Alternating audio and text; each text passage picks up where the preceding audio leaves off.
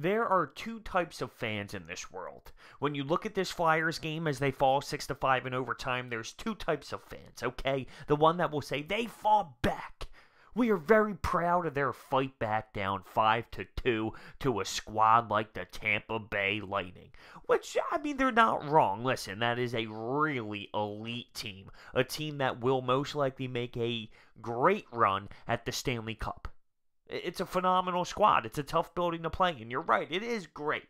But the way that we lost the hockey game 18 seconds in, that is so disturbing. I've never seen a team so poor when it comes to 3-on-3 overtime. It's a consistent theme. And the worst part is Claude Giroux is the one with the juicy turnover. It bothers me because we know, everyone knows, every hockey fan knows, puck possession is key when it comes to overtime. I texted my friend, I said, what do you think we last longer than 10 seconds? We're joking around, putting classic, cracking up emojis. Well, guess what? 18 seconds. So yeah, we did. We did beat 10 seconds. It was 18. I mean, it's just unbelievable. Puck possession is so key. Why are we trying to make some sort of move? Why are we turning the puck over in that juicy spot on the ice for the Lightning to go down and just score?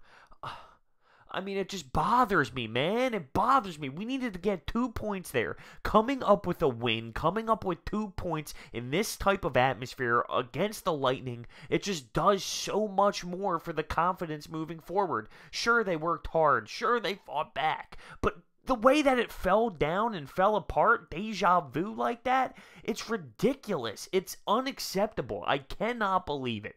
18 seconds into overtime. It is just so annoying. It's so annoying, and I don't take a positive out of this one. I don't take the moral victories. We were too far behind right now to do that. 2 points here was needed in that situation. If we got blown 8-1 and got blown out 9-1, whatever, it is what it is. But to be in the situation of overtime and to let it fall and slip in that nature, in that form, I can't stand it. I seriously can't stand it.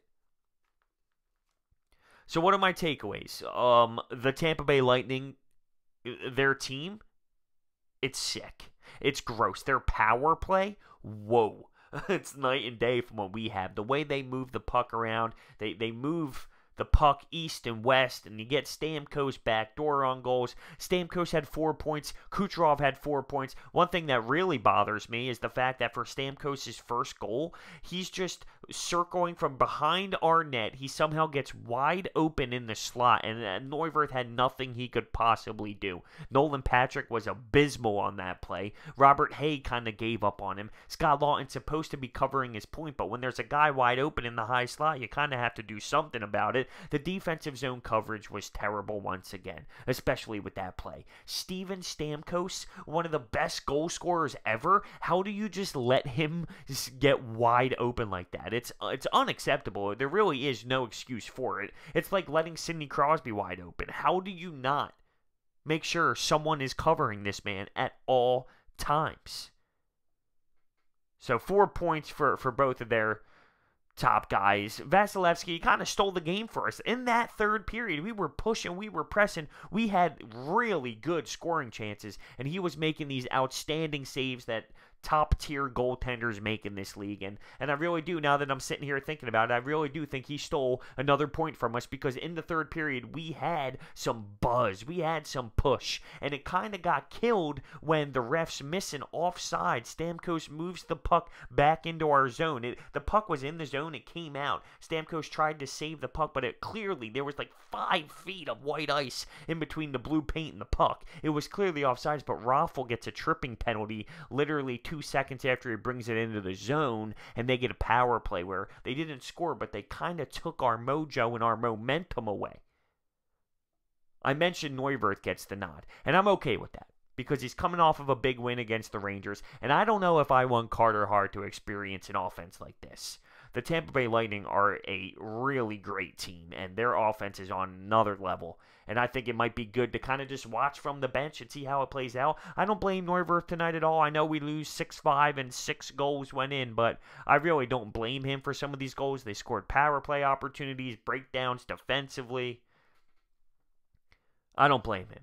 You look at Claude Giroux. Yes, that turnover in overtime killed us. That can't happen from our captain. But one thing our captain did do today was score probably the goal of the year. It was that gross. It was a 1-on-4. He enters the zone. He puts it through his skates. He stick lifts the defenseman. He power turns in front of Vasilevsky and puts the puck in. It was outrageous. What a phenomenal goal out of Claude Giroux. That tied the game up actually 2-2. And then you have the Lightning going on a stretch of 3 goals in 7 minutes. Just like we did in the third. It's kind of ironic it played out that way. Dale Weiss, Robert Haig, and Provorov. Just like I drew it up in my mind. Coming out of the tunnel in the third period. I wonder what Scott Gordon said to this team to fire him up. Because they played such a different game in that third period. Seriously, what did Scott Gordon say in the locker room? Don't make me bring back Dave Axtell. And then the team just shot off a cannon and started to really play a different game. I mean, I don't know. But, you know, it is what it is. This Flyers team, they fought back and they worked extra hard. But they ruined it. They absolutely ruined it with how that game ended. I can't get over with how often this occurs. We can't even get past 20 seconds in overtime. And we had puck possession. The puck was in our favor. We set up. We're starting to move around. We have the puck on our sticks. There's no way in hell we should be losing overtime periods within 18 seconds. I mean, we've seen it happen before with Sean Couturier when he loses the puck battle. When we win the face-off in overtime, we win the face-off. We move it back to Provorov. We lost the puck battle. Bang, they scored in 10 seconds. It's literally ridiculous how that happens when everybody knows once you have puck possession, that's all it's about on 3-on-3 overtime. It's a serious joke with this team. Baffles me. So you get 1 point, yippee. The fact that we should have had 2, I'm not taking it. I'm not taking the fight back on this one. Yeah, you can see it. The team is playing with a different type of energy, yes. And I was ecstatic about it 2 games ago when we lost, but we still fought hard. I was okay with it against the Blue Jackets. I'm not okay with it tonight. I'm not okay with the 18-second in overtime loss. I cannot stop processing that. And for your captain to do it too, and I love Claude, but come on, that cannot happen. That cannot happen. 2 points here, I'm telling you. 2 points here, and I was feeling good. When we went in overtime, I said, if we can snag 2 right here, I will be extremely confident. Just because of the way there's buzz, I would be extremely confident with maybe putting together a stretch, going into Florida, getting some wins. And just like that, I'm on the other side, to the extreme. And you can see in the locker room that can happen. So I am interested to see how this team is going to respond. It's obvious the team is playing better. It's obvious that Scott Gordon has some energy involved with the way this team's playing. And as a whole, when it comes to special teams, our power play is still a joke, but our PK has stepped up. Today, there's kind of an asterisk next to it just because of how disgusting the power play is for the Tampa Bay Lightning. Like, they're going to score goals. They have phenomenal puck movement. They have elite scorers. They have snipers. It's going to happen. We need to figure out a way to get this power play going. We need to find a way to not let this stuff happen in overtime. Because those points, those 1 point you keep missing out on due to terrible turnovers 18 seconds in, they're going to come back to bite you. They're going to come back to bite you.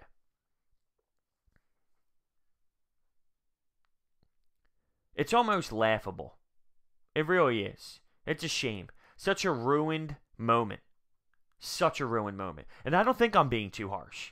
Because we know where we are. We understand our record. We know what the standings are like right now. These 1.1 points that we're missing out on, it's going to crush us.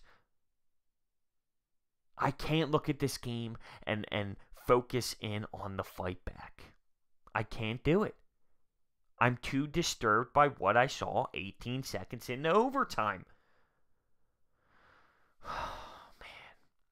I don't know. But I hope that Carter Hart learned something from watching on the bench if there's one takeaway from this one. I hope Carter Hart does that. Takes away from this game and says, wow, okay, this is what elite scorers are like. and I expect him to get in between the pipes. I'm afraid that Scott Gordon might want to rock and roll with Neuwirth for a little bit, understanding he's a veteran guy. He's coming back from injury. He's not playing bad. And maybe Carter Hart establishes that backup role. Maybe that is what's going to happen. I hope Carter Hart gets to play a little bit more. I hope Neuwirth doesn't take too much of the starting gig. But I can see maybe that happening based off the fact that he has more experience and maybe Scott Gordon trusts him more. But I want to see Carter Hart. I'm okay with Neuwirth playing a little bit more. I don't want him to take too much of the starter role. I believe Carter Hart should play a decent amount still coming down while he has the opportunity. Let me know your thoughts down below. I'm really disturbed. That's all there is to it. I'll see you next time.